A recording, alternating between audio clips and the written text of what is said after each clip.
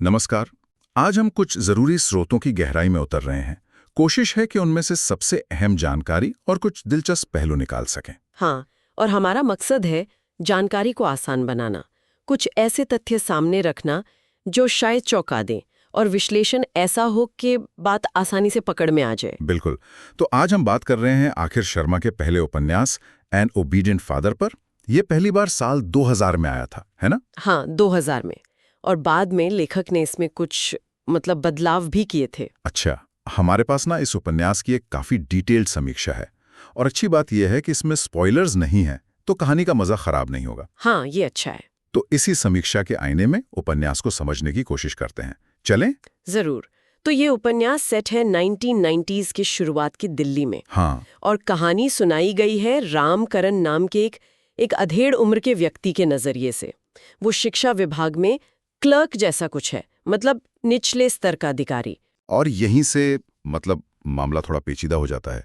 ये जो रामकरण है वो भ्रष्ट है, रिश्वत लेता है, डरा हुआ सा भी रहता है, और जो सबसे परेशान करने वाली बात है, जैसा समीक्षा में साफ लिखा है, वो एक बाल शोषण करता है। हाँ, ये बहुत भारी बात है। ये जानना ही कहानी के पूरे माहौल को बदल देता है। बिल्कुल। और समीक्षा इसी बात पर जोर देती है कि कैसे उपन्यास समाज में फैले भ्रष्टाचार, जैसे वो रिश्वत वगैरह लेना, हाँ, सार्वजनिक भ्रष्टाचार, और घर के अंदर का जो निजी शोषण है, जैसे परिवार में हिंसा, इन दोनों को एक साथ बुनता है। अच्छा, तो ये दोनों जुड़े हुए हैं। हाँ, समीक्षा का तर्क यही है कि ये दिखाता है कि ये अलग अलग बुराइयां नहीं हैं, अक्सर एक ही मानसिकता से, एक ही तरह की सोच से निकलती हैं। ये बात तो सोचने वाली है। और ये उपन्यास किसी बड़ी ऐतिहासिक घटना के बारे में नहीं है, ये रोजमर्रा की जिंदगी के बारे में है।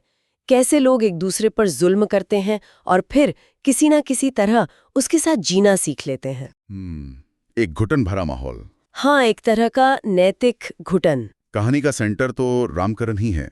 वो दिल्ली में रहता है, एक छोटे से फ्लैट में, अपनी विधवा बेटी अनीता और पोती आशा के साथ। हाँ, और उसकी जिंदगी रिश्वत के पैसों पे चल रही है और वो अपने से ऊपर वालों की, नेताओं की जी हुजूरी में लगा रहता है। और घर का माहौल कैसा है? समीक्षा क्या कहती है? घर का माहौल वो बहुत ही तनाव भरा है, क्योंकि जैसा पता चलता है सालों पहले करण ने अपनी ही बेटी अनीता का शोषण किया था। ओहो। तो अब अनीता और उसकी बेटी यानी करण की पोती आशा उसी छत के नीचे रहने को मजबूर है। तो आप सोच सकते हैं, हर बातचीत में, हर खामोशी में डर और शर्म की एक परत सी महसूस होती है। ये तो बहुत ही असहज करने वाली स्थिति है। हाँ, वो घर एक तरह से अपराध और उसकी यादों का पिंजरा बन जाता है। तो फिर जो बाहरी दुनिया के घोटाले हैं, रिश्वत लेना, चुनाव प्रचार, ऑफिस की पॉलिटिक्स, क्या ये घर के अंदर के इस छिपे हुए अनकहे सच का आईना है? समीक्षा तो यही इशारा करती है। वो बताती है कि कैसे करण की पब्लिक लाइफ की बेईमानी और घर के अंदर की उसकी हरकतें वो जुड़ी हुई हैं। कहानी धीरे धीरे एक ऐसे पॉइंट की तरफ बढ़ती है जहां सच बाहर आ सकता है, सजा मिल सकती है, शायद कोई सुधार हो सकता है। लेकिन ये सब बहुत उलझा हुआ है, आसान नहीं है। कोई आसान जवाब नहीं मतलब? बिल्कुल नहीं। समीक्षा के हिसाब से उपन्यास कोई आसान समाधान नहीं देता। तो ये उपन्यास किन बड़े थीम्स या विषयों को उठाता है? समीक्षा ने कुछ खास बातें बताई होंगी। हाँ, कई अहम विषय हैं इसमें। पहला तो, जिसे समीक्षा कहती है, बुराई की सामान्यता। बुराई की सामान्यता मतलब कैसे भयानक चीजें भी रोजमर्रा की जिंदगी का हिस्सा बन जाती हैं, आम लगने लगती हैं। और इसी से जुड़ा है आत्म औचित्य का व्याकरण। आत्म औचित्य का व्याकरण, ये क्या है? ये वो भाषा, वो तर्क है जो गुनाह करने वाले लोग खुद को सही ठहराने के लिए इस्तेमाल करते हैं। रामकरण के मन में जो बातें चलती हैं, जो उपन्यास में दिखती हैं, वो इसी का उदाहरण है। वो दिखाता है कि कैसे ऐसे लोग अपने कामों को नॉर्मल या जरूरी बताकर खुद को समझा लेते हैं। वो खुद को आज्ञाकारी कहता है ना, ओबीडिएंट, अपने बॉस के प्रति, रीति रिवाजों के प्रति, अपनी जरूरतों के प्रति। तो क्या यही आज्ञाकारी होना उसके गुनाहों का बहाना बन जाता है? बिल्कुल। समीक्षा इसी पॉइंट को हाईलाइट करती है। यही आज्ञाकारिता, उसका ये ओबीडियंस, उसके लिए एक ढाल, एक बहाना बन जाता है। और दिलचस्प बात यह है, जो समीक्षा में भी है, कि लेखक करण के पापों को उसके आसपास के माहौल से अलग करके नहीं देखते। अच्छा, कैसे? हाँ। मतलब वही आदतें जो उसे रिश्वत लेने देती है, जैसे गोलमोल बातें करना, साफ इनकार कर देना, लोगों को सिर्फ अपने मतलब के लिए देखना, वही आदतें घर के अंदर हिंसा को भी मुमकिन बनाती हैं। ओ, तो पब्लिक और प्राइवेट दोनों जगह एक ही टूल किट इस्तेमाल हो रहा है। हाँ, एक तरह से सार्वजनिक बुराई और निजी अपराध दोनों के लिए वो एक ही तरह के मानसिक औजार इस्तेमाल करता है। ये कोई उसकी अकेले की कहानी नहीं लगती, बल्कि एक पूरे सड़े हुए सिस्टम का हिस्सा लगता है। ये तो काफी गहरा विश्लेषण है। और कौन से विषय हैं? तीसरा अहम विषय है शर्म, चुप्पी और परिवार के अंदर की पॉलिटिक्स, पावर डायनामिक्स। अनीता का जो दबा हुआ गुस्सा है, उसकी बेटी आशा की जो वल्नरेबिलिटी है और उस छोटे से घर का घुटन भरा माहौल, ये सब पाठक को महसूस कराता है कि जब रिश्ते, पैसे, निर्भरता, सामाजिक दबाव में उलझे हों तो सच बोलना कितना मुश्किल होता है। लोग जानते हुए भी चुप रह जाते हैं। हाँ, चुप रहने पर मजबूर हो जाते हैं। एक और बात थी, व्यवस्था का प्रलोभन। इसका क्या मतलब हुआ? समीक्षा का इशारा है कि करण अपने गुनाहों का सामना करने या पछताने के बजाय रोजमर्रा के कामों में लग जाता है। सुबह की चाय, ऑफिस जाना, टिफिन, ये रूटीन उसे एक तरह की झूठी सुरक्षा देता है। अच्छा, सच्चाई से भागने का तरीका। हाँ, और उपन्यास का जो टाइटल है एन ओबीडिएंट फादर, एक आज्ञाकारी पिता, उसमें काला व्यंग्य है। ये दिखाता है कि कैसे कोई व्यक्ति बाहर से नियमों का पालन करने वाला, आज्ञाकारी दिख सकता है, जबकि अंदर से वो कितना अलग, कितना भयावह हो सकता है। किरदारों पर आते हैं। रामकरण कैसा किरदार है ये? क्या वो सिर्फ एक बुरा आदमी है? समीक्षा के अनुसार वो घिनौना है लेकिन कॉम्प्लेक्स है। वो कायल है, अपनी सोशल इमेज को लेके बहुत परेशान रहता है, चाहता है कि लोग उसे सभ्य समझे। लेखक उसे सहानुभूति नहीं देते, लेकिन उसे एकदम सपाट विलन भी नहीं बनाते। और डरावनी बात यह है कि उसकी छोटी छोटी हरकतें, उसकी कमजोरियां, वो कहीं ना कहीं जानी पहचानी सी लगती हैं। जानी पहचानी किस तरह से? मतलब पाठक को उसमें इंसानियत के कुछ ऐसे बिगड़े हुए रूप दिख सकते हैं जिन्हें हम शायद खुद में या अपने आसपास नोटिस करते हैं। ये चीज बहुत असहज करती है। और अनीता? उसे उपन्यास का नैतिक केंद्र कहा गया है। हाँ, समीक्षा उसे ऐसे ही देखती है। अनीता का किरदार गुस्से और एक तरह की सतर्कता से भरा है। वो सतर्कता जो अक्सर उन लोगों में होती है जिन्होंने खतरा झेला हो। एक सर्वाइवर की सतर्कता। हाँ, उसका अपने पिता के साथ जो रिश्ता है वो बहुत उलझा हुआ है।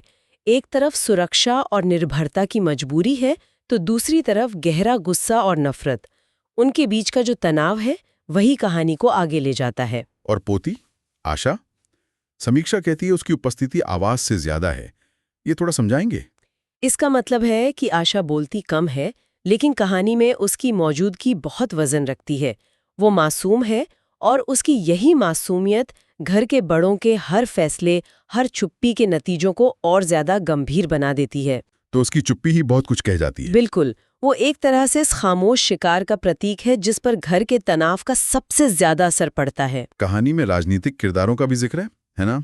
विधायक, फिक्सर वगैरह। हाँ, समीक्षा बताती है कि विधायक, नेताओं के चमचे, स्कूल प्रिंसिपल जैसे किरदार भी आते हैं छोटी छोटी झलकियों में, लेकिन वो ये दिखाने के लिए काफी हैं कि कैसे पूरा शहर या पूरा सिस्टम एहसान और डर के नेटवर्क पर चल रहा है। वो उस माहौल को दिखाते हैं जिसमें रामकरण जैसे लोग पनपते हैं। सही कहा, और अपने कामों को छुपा पाते हैं। अच्छा, अब आते हैं स्टाइल और स्ट्रक्चर पर। ये फर्स्ट पर्सन में है, रामकरण खुद कहानी सुना रहा है। इसका क्या असर होता है? समीक्षा के मुताबिक इसका असर बहुत गहरा होता है। पाठक सीधे रामकरण के दिमाग में पहुंच जाता है, उसी की नज़र से दुनिया देखता है, उसी के तर्क सुनता है, जो कि एक बहुत क्लॉस्ट्रोफोबिक, मतलब घुटन भरा अनुभव हो सकता है। जाहिर है। और शर्मा की भाषा, उनके वाक्य बहुत साफ हैं, छोटे हैं, लगभग भावनाहीन लगते हैं। कहानी का तनाव शब्दों के ऊपरी मतलब से नहीं आता, बल्कि उनके पीछे जो छिपा है उससे आता है। ये सपाटपन, ये भावनाहीनता क्यों जरूरी है? जानबूझकर है? लगता तो यही है, शायद इसलिए कि रामकरण खुद नैतिक रूप से इतना खोखला हो चुका है कि वो ऊंची नैतिक भाषा या गहरी भावनाओं को महसूस ही नहीं कर सकता। उसकी भाषा ही उसकी अपनी नैतिक गरीबी का आईना है। वो अपने कामों को सही ठहराने के लिए भी बड़ी बड़ी बातें नहीं करता। नहीं, वो सीधी सपाट रोजमर्रा की भाषा का इस्तेमाल करता है, जो उसके अपराधों को और भी भयानक बना देती है। उपन्यास काफी छोटा है, लगभग 200 पन्ने। समीक्षा कहती है कि सीन अक्सर क्लाइमैक्स से ठीक पहले खत्म हो जाते हैं। हाँ, ये एक खास तकनीक लगती है, अंडरस्टेटमेंट, जहां पाठक सोचता है कि अब कुछ बड़ा होगा, कोई टकराव होगा, वहीं लेखक सीन बदल देता है या बात अधूरी छोड़ देता है। तो वो खालीपन, वो अनकही बातें, वो भी कहानी का हिस्सा बन जाती हैं। पाठक को खुद उन खामोशियों, उस अधूरेपन से जूझना पड़ता है। ये अनुभव को और इंटेंस बनाता है। इसमें डार्क ह्यूमर का भी जिक्र था। ऑफिस पॉलिटिक्स, छोटी मोटी धोखाधड़ी, ये क्यों है? तनाव कम करने के लिए? शायद पूरी तरह से नहीं। समीक्षा का मानना है कि ये ह्यूमर ये दिखाने के लिए है कि कैसे भयानक और अकथनीय चीजों के होते हुए भी जिंदगी की ऊपरी सतह पर नॉर्मल कामकाज चलता रहता है। अच्छा, मतलब लाइफ गोज ऑन वाली बात। हाँ, लोग ऑफिस जाते हैं, चाय पीते हैं, छोटी बातों पर हंसते हैं, जबकि उनके अंदर या बगल के कमरे में कितना कुछ भयानक चल रहा होता है। ये नॉर्मैलिटी और भयावहता का एक साथ होना ही शायद सबसे डरावना है। अब बात करते क्राफ्ट की, शिल्प कौशल की। समीक्षा में व्यंजना के इस्तेमाल की बात है, एक हथियार की तरह। ये क्या है? व्यंजना मतलब किसी बात को सीधे न कहकर गोलमोल तरीके से कहना, अक्सर किसी बुरी या असहज बात को छुपाने के लिए। समीक्षा बताती है कि रामकरण शायद ही कभी अपने गुनाहों का, खासकर अनीता के शोषण का, सीधे नाम लेता है। वो हमेशा बहाने बनाता है, बात बदल देता है या ऐसे शब्दों का इस्तेमाल करता है जो असलियत पर पर्दा डाल दे। तो भाषा ही सच छुपाने का हथियार बन जाती है। बिल्कुल, ये टाल मटोल करने का तरीका ही कहानी को और ज्यादा डरावना बनाता है। लेखक दिखाते हैं कि भाषा कितनी पावरफुल हो सकती है सच को छुपाने में। और जब वो सच के करीब पहुंचता है, तब क्या होता है उसकी भाषा को? तब समीक्षा के अनुसार उसकी भाषा लड़खड़ाने लगती है, वाक्य अधूरे रह जाते हैं, वो अचानक किसी और टॉपिक पे चला जाता है, कोई नई चिंता उसके दिमाग में आ जाती है। ये दिखाता है कि सच का सामना करना उसके लिए कितना मुश्किल है, वो कैसे लगातार उससे भाग रहा है। सेटिंग की भी बात हुई थी, तंग गलियारे, एक ही बेडरूम, छत का पंखा। समीक्षा कहती है लेखक फिजिकल नजदीकी को नैतिक घुटन में बदल देते हैं। हाँ, इसे मिज एंड सीन कहते हैं, मतलब सेटिंग का इस्तेमाल कहानी कहने के लिए करना। यहाँ घर का जो तंग माहौल है, जहाँ किरदारों के पास एक दूसरे से बचने की जगह नहीं है। हाँ, फिजिकली बहुत करीब हैं। वो सिर्फ फिजिकल तंगी नहीं रहती, वो एक मानसिक और नैतिक घुटन का प्रतीक बन जाती है। पाठक भी उस बंद जगह में फंसा हुआ महसूस करता है। नाव का पैरेलल चलना, दिन में रिश्वत, रात में विश्वासघात। हाँ, समीक्षा इसे एक अहम तकनीक मानती है। ये दिखाता है कि करण का करप्शन सिर्फ उसके काम तक नहीं है, वो उसकी पूरी जिंदगी में, उसके रिश्तों में फैल चुका है। और ये दोनों एक दूसरे को फीड करते हैं। हाँ, एक तरह से ये पैटर्न बहुत टाइट है लेकिन बनावटी नहीं लगता। ऐसा लगता है जैसे गंदगी धीरे धीरे जमा हो रही है और हर चीज को अपनी चपेट में ले रही है। उपन्यास जिस दौर में सेट है, इमरजेंसी के बाद और उदारीकरण से ठीक पहले का दिल्ली, उसका क्या महत्व है? समीक्षा के मुताबिक उपन्यास उस दौर के दिल्ली के मूड को कैप्चर करता है, जहां सरकारी सिस्टम में पहचान और जुगाड़ का बोलबाला था। हाँ, वो मैनेज करने वाला कल्चर। बिल्कुल, संस्थाएं कमजोर थीं और लोग सिस्टम से काम निकालने के आदी हो गए थे। लेकिन लेखक कोई पॉलिटिकल एजेंडा नहीं चला रहे। उनकी दिलचस्पी इसमें ज्यादा है कि दबाव में इंसान कैसे बिहेव करता है, किसी विचारधारा का विश्लेषण नहीं। नहीं। इसीलिए ये कहानी किसी एक समय या जगह तक सीमित नहीं रहती, ज्यादा यूनिवर्सल बन जाती है। पाठक को एक शोषणकर्ता के दिमाग में झांकने के लिए कहना, ये अपने आप में एक बड़ा नैतिक सवाल खड़ा करता है। क्या ये उपन्यास इसे जस्टिफाई करता है? समीक्षा का मानना है कि हाँ, ये काम करता है, और इसलिए क्योंकि लेखक पाठक को आसान सहारे नहीं देते। आसान सहारे मतलब कहानी में कोई हीरोइक मुक्ति नहीं है, कोई साफ सुथरी सजा नहीं मिलती, कोई मेलोड्रामेटिक खुलासा नहीं होता। इसके बजाय हमें दिखाया जाता है कि नुकसान कितना टिकाऊ हो सकता है। वो कैसे रिश्तों में, घर के माहौल में, यहाँ तक कि भाषा में भी बस जाता है। ये दिखाया जाता है कि कैसे अच्छा दिखने की इच्छा अच्छा बनने की जिम्मेदारी से ज्यादा बड़ी हो जाती है। ये पढ़ना मुश्किल है, परेशान करता है, लेकिन सार्थक है, क्योंकि ये हमें मुश्किल सच्चाइयों का सामना कराता है। क्या समीक्षा में उपन्यास की कुछ संभावित कमियों का भी जिक्र है? हाँ, कुछ बातों का जिक्र है, जैसे महिला किरदारों, खासकर अनीता की मन की दुनिया शायद उतनी खुलकर सामने नहीं आती जितनी रामकरण की आती है। अच्छा, लेकिन फिर ये भी तर्क है कि शायद ये जानबूझकर है। उस माहौल में जो पावर इम्बैलेंस था, जहां औरतों की आवाज दबाई जाती थी, शायद ये उसे दिखाता है। हो सकता है। और ये भी कि सिर्फ एक ही आवाज रामकरण की मैं पूरी कहानी सुनना कभी कभी बहुत घुटन भरा लग सकता है। बिल्कुल, ये मुमकिन है कि कुछ पाठकों को ये सिंगल पर्सपेक्टिव बहुत भारी लगे, हवा रहित लगे। लेकिन जैसा मैंने कहा, शायद ये भी उपन्यास के डिजाइन का हिस्सा है। लेखक शायद जानबूझकर पाठक को उसी घुटन में खींचना चाहते हैं। एक कलात्मक चुनाव। हाँ, जिसके अपने फायदे नुकसान हो सकते हैं। और अंत के बारे में बिना कहानी बताए समीक्षा क्या कहती है? क्लोजर मिलता है? समीक्षा इशारा करती है कि उपन्यास एक टकराव की ओर बढ़ता है, जहां कुछ चीजों का नाम लिया जाता है, सच थोड़ा खुलता है, लेकिन पूरी तरह नहीं। अच्छा। अगर पछतावे या प्रायश्चित की तरफ कोई कदम बढ़ता भी है, तो वो बहुत मुश्किल और महंगा साबित होता है।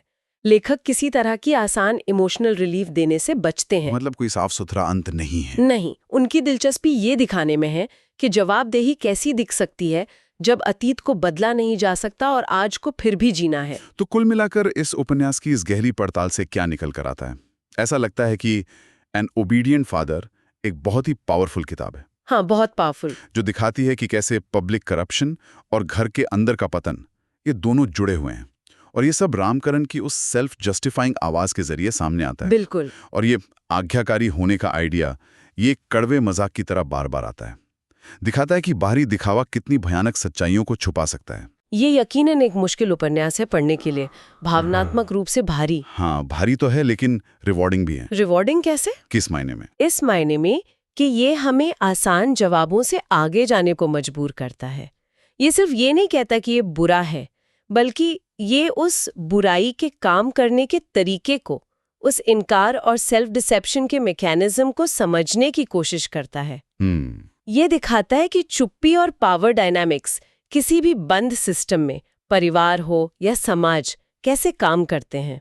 उपन्यास की बनावट भी इसमें मदद करती है। हाँ, वो फर्स्ट पर्सन नरेटिव, कहानी का कसाव, व्यंजना का इस्तेमाल, ये सब मिलकर उपन्यास का वो बेचैन करने वाला असर पैदा करते हैं। तो इस जानकारी की, इस चर्चा की प्रासंगिकता क्या है?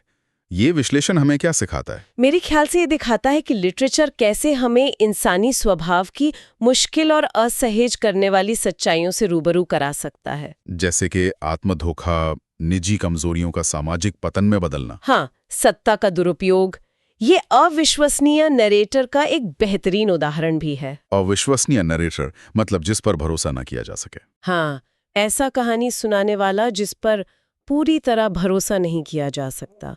पाठक को खुद सच और झूठ के बीच फर्क करना पड़ता है। ये उन लोगों के लिए बहुत कीमती हो सकता है जो किसी विषय की गहराई में जाना चाहते हैं। और शायद ये हमें चुनौती भी देता है एक पाठक के तौर पर। हाँ, ये चुनौती देता है कि हम बिना आसान नैतिक फैसले सुनाए मुश्किल हकीकतों का सामना करें। ये उकसाता है कि हम सिर्फ किरदारों को अच्छा या बुरा कहने से आगे बढ़कर ये समझें कि भ्रष्टाचार, इनकार और चुप्पी का पूरा सिस्टम कैसे काम करता है। और ये सिर्फ उस कहानी के परिवार तक सीमित नहीं है। बिल्कुल नहीं, ये किसी भी उस कॉन्टेक्स्ट में प्रासंगिक है जहां पावर, डर और चुप्पी का खेल चल रहा हो।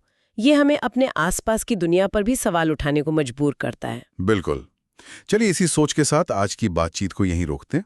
एक विचार यहाँ छोड़ जाते हैं जिस पर आगे सोचा जा सकता है। ये उपन्यास हमें सोचने पर मजबूर करता है कि कोई इंसान जो बाहर से नियमों का पालन करने वाला, आज्ञाकारी, नॉर्मल दिखता है, वो अपनी निजी जिंदगी में कितना अलग हो सकता है। और हमारा समाज अक्सर ऐसी डबल लाइफ को, ऐसी विसंगतियों को कैसे नजरअंदाज कर देता है या जाने अनजाने उनमें भागीदार बन जाता है। ये सवाल सिर्फ रामकरण या 90s की दिल्ली का नहीं है। नहीं, ये शायद आज भी उतना ही रेलेवेंट है। बिल्कुल, एक जरूरी सवाल है जिस पर सोचना चाहिए। आज इस गहन चर्चा में शामिल होने के लिए बहुत बहुत धन्यवाद। धन्यवाद।